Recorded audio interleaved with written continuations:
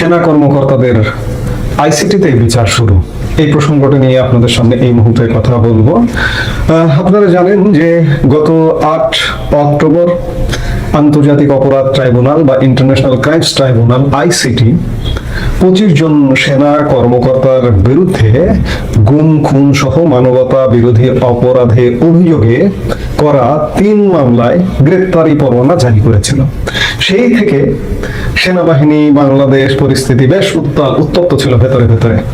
সেনাবাহিনীর মধ্যে দফায় দফায় উত্তপ্ত এবং দফায় দফায় জেনারেলদের বৈঠক পর্যন্ত হয়েছিল যে এই বিচারটা কি একটা সিভিল কোড বিশেষ ট্রাইব্যুনালে হবে নাকি সেনা আইনে হবে। অবশেষে আজকের পরিস্থিতি দেখে যেটি বোঝা যায় যে সেনাবাহিনী যেভাবে হোক এটা এই আইসিটির অধীনে বিচারটা তুলে দিল, এক প্রকার এটা বলা যায়।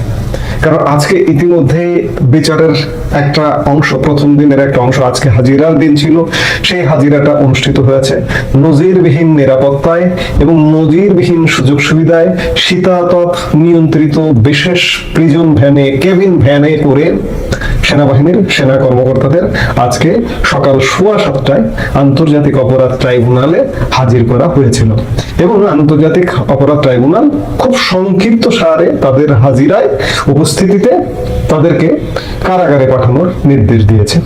এবং কারাগারটি কোথায়? যথারীতি যে পরিকল্পনা ছিল সেনাবাহিনীর, যে সে ক্যান্টনমেন্টেই একটি সাব জেল এবং স্বরাষ্ট্র মন্ত্রণালয় থেকে কারা অধিদপ্তরের অধীনস্থ একটা সাব জেল ক্যান্টনমেন্টে ঘোষণা করা হয়েছে এবং এটি মনেই করা যায় যে তাদেরকে সেই সাব জেলে রাখা হবে এবং সেই সাব জেলটি তারা যেহেতু শীততাপ নিয়ন্ত্রিত প্রিজন ভ্যানে এসে আদালতে হাজিরা দিতে, সেই সাব জেলটিও শীততাপ নিয়ন্ত্রিতই হবে এবং প্রায় গোটাটাই স্বাভাবিক। দেখুন, সেনা কর্মকর্তারা এখানে মেজর থেকে ব্রিগেডিয়ার জেনারেল, মেজর জেনারেল পর্যন্ত আছে, তারা ওয়ারেন্ট অফ প্রেসিডেন্স অনুযায়ী অনেক নিচের দিকে। বাংলাদেশ সরকারের মন্ত্রী, সাবেক মন্ত্রীরাও কিন্তু পেছনে হাত করা পরিয়ে পিছ মোড়া করে আদালতে হাজির করা হয়েছে এবং তাদের উপরে হামলা, তাদের উপরে ডিম নিক্ষেপ আজকে কিন্তু সেনা কর্মকর্তাদের ক্ষেত্রে তেমনটা দেখা যায়নি। সেনা কর্মকর্তারা কোন আইনে কোন নিয়মে শীতাতপ নিয়ন্ত্রিত প্রিজন ভ্যান সুবিধা পায়, শীতাতপ নিয়ন্ত্রিত কারাগার পায়, যাই হোক তাদেরকে দেওয়া হয়েছে। আসলে আমরা একটা নাটকের মধ্যে ঢুকে গেছি, নাটক চলছে এবং নাটকেরই অংশ এই সেনা কর্মকর্তাদের আন্তর্জাতিক অপরাধ ট্রাইব্যুনালে বিচার করা হচ্ছে। ট্রাইব্যুনালটা নিয়েও যথেষ্ট প্রশ্ন আছে, এর বহুমুখী কারণ আছে।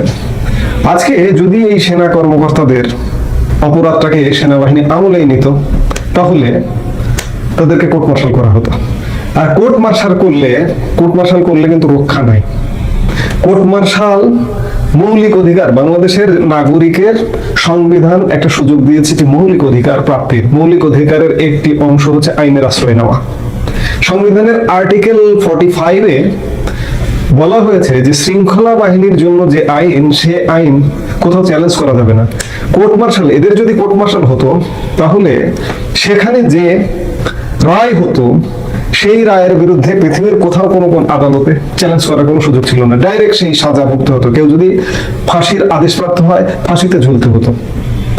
সব দিক বিবেচনায় হয়তো সেনাবাহিনী মনে করেছে যে এটি একটি ট্রাইব্যুনাল, এরপরে আরো নানা রকম ধাপ আছে, সর্বোচ্চ আদালত আছে, মহামান্য রাষ্ট্রপতি আছে, মানে এটা একটা দীর্ঘ বিচার প্রক্রিয়া। এই দীর্ঘ বিচার প্রক্রিয়ায় বাংলাদেশে অনেক কিছু ঘটে যেতে পারে। সেনাবাহিনী শেষ পর্যন্ত সিদ্ধান্ত নিয়েছে যে বিচার প্রক্রিয়া অংশগ্রহণ করুক, আদালতে একদিন হাজির হবে, হাজির হয়ে তো ক্যান্টনমেন্টেই থাকবে। আবার দীর্ঘ ডেট, নভেম্বরে ডেট দেওয়া হয়েছে শুনানির জন্য 20 তারিখ এবং 5 তারিখ, যেটাই হোক না কেন, অর্থাৎ দীর্ঘ প্রক্রিয়া। এই দীর্ঘ প্রক্রিয়ার মধ্যে অনেক কিছু ঘটে যাবে।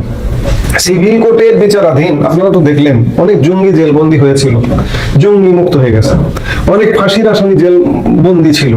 এই যে জামাতের নেতা এটিএম আজহারুল ইসলাম, তিনি ফাঁসির আসামি, তিনি মুক্ত হয়ে গেছেন।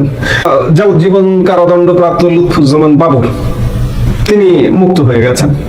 কাজেই এই আদালত এগুলোকে যেভাবে হোক কিছু মনে হচ্ছে না হয়তো, যার দরুন সেনাবাহিনী হাজির করেছে।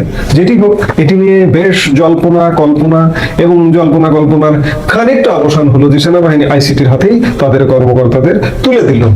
তো তবে পুরোপুরি কিন্তু অবসান হয়নি, আগুন কিন্তু জ্বলেই থাকলো। এই আগুনের যে কোনো সময় যে কোনো পরিস্থিতিতে বিস্ফোরণ ঘটে যেতে পারে। আমরা আসলে একটা নাটকের মধ্যে আছি, আমরা নাটকটা দেখতে থাকি যে সামনের দিনে আরো নাটকের কি কি দৃশ্য আসে, আমরা নিশ্চয়ই দর্শক হিসেবে সেগুলো দেখব।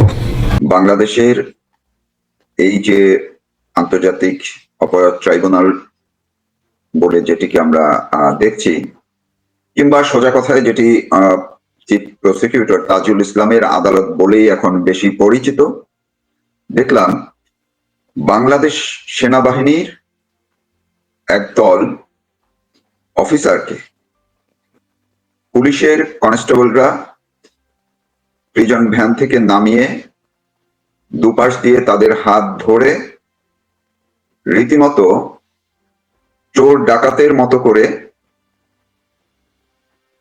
এই আদালতের ভিতরে নিয়ে যাচ্ছে এবং পরবর্তীতে আদালত তাদেরকে কারাগারে পাঠানোর আদেশ দিয়েছে। এই ঘটনাটি যতটা সহজে আমি বললাম, বা আপনারা যারা এখন পর্যন্ত সরাসরি বিভিন্ন চ্যানেলে কিংবা বিভিন্ন সামাজিক যোগাযোগ মাধ্যমে লাইভ দেখেছেন, দেখবেন প্রত্যেক সেনাবাহিনীর কর্মকর্তা তাদের অভিব্যক্তি, তাদের বডি ল্যাঙ্গুয়েজ যেটি প্রকাশ পেয়েছে যে তারা তাদের নিজেদের বাহিনীর কাছ থেকে, তাদের যে দীর্ঘ জীবন তারা যে চাকরি করছিলেন, কাজ করছিলেন, দেশ মাতৃকার টানে যে সেনাবাহিনীতে যোগ দিয়েছিলেন, সেই সেনাবাহিনী রীতিমতো তাদেরকে এখন এই তাজুল ইসলামের হাতে তুলে দিয়েছে। এক কথায় যদি বলা যায়, সেনাপ্রধান ওয়াকারুজ্জামান বলতে গেলে পুরো বাংলাদেশ সেনাবাহিনীকেই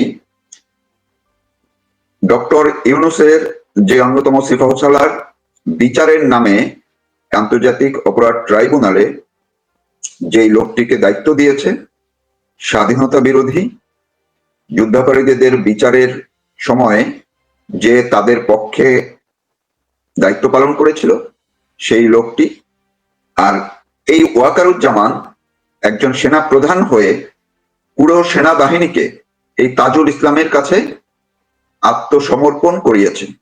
আপনারা একটু ভাবুন, আমরা 1971-এর 16ই ডিসেম্বর বিকেলে যে দৃশ্যগুলো বা এর আগে কিংবা পরে যে দৃশ্যগুলো দেখা গেছে, যে পাকিস্তানি হানাদার বাহিনী যারা বাংলাদেশের স্বাধীনতাকামী মানুষের কাছে, নেতাদের কাছে আত্মসমর্পণ করেছিল, যেইভাবে মাথা নিচু করে আজকে বাংলাদেশ সেনাবাহিনীকে, যেহেতু সেনাবাহিনীর 15 জন কর্মকর্তাকে সারিবদ্ধভাবে আত্মসমর্পণ করতে হলো, এটিকে অবশ্যই বলতে হবে পুরো সেনাবাহিনী আত্মসমর্পণ করেছে এই তাজুল ইসলামের কাছে। এখন প্রশ্নটি এটি দাঁড়াচ্ছেই, পুরো বাংলাদেশ সেনাবাহিনীর সবাই যারা নিজেদের আত্মমর্যাদায় বিশ্বাসী বলে নিজেদেরকে মনে করে থাকেন, তারা কি আসলেই সবাই এখন এই সেনাপ্রধান ওয়াকারুজ্জামানের মতোই তাজুলের কাছে আত্মসমর্পণ করলেন?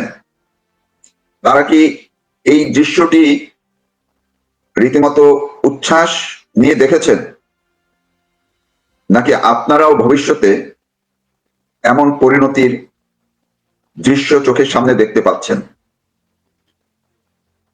সেনাপ্রধান ওয়াকারুজ্জামানও এখন থেকে স্বাভাবিকভাবেই যে কোনো সময় তার পরিণতি এমনটা হবে, সেটিও তিনি কি ধরে রেখেছেন, ভেবে রেখেছেন?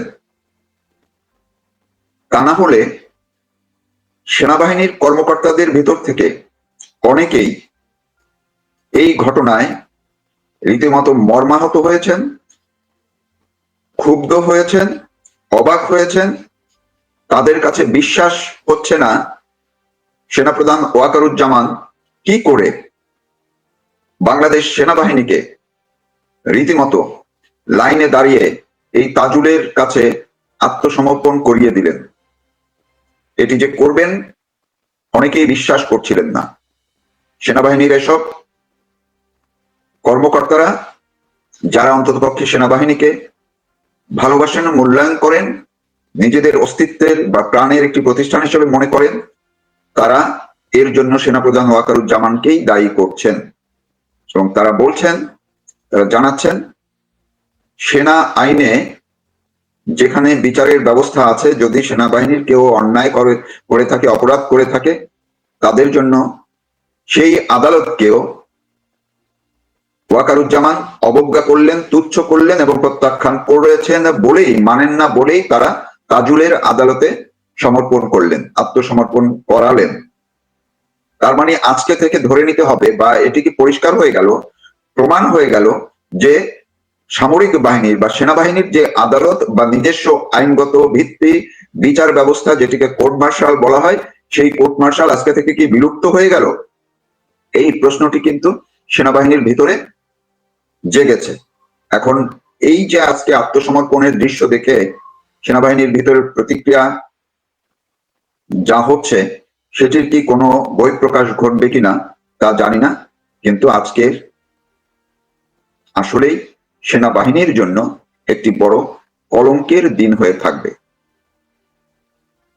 অন্তত পক্ষে যারা সেনাবাহিনীর ভিতরে মুক্তিযুদ্ধের পক্ষের মানুষরা আছেন, যারা বাংলাদেশকে ভালোবাসেন, যারা বাংলাদেশকে এবং বাংলাদেশ সেনাবাহিনীকে মান সম্পন্ন, আত্মমর্যাদার, গৌরবের প্রতিষ্ঠান হিসেবে দেখেন এবং দেখছেন।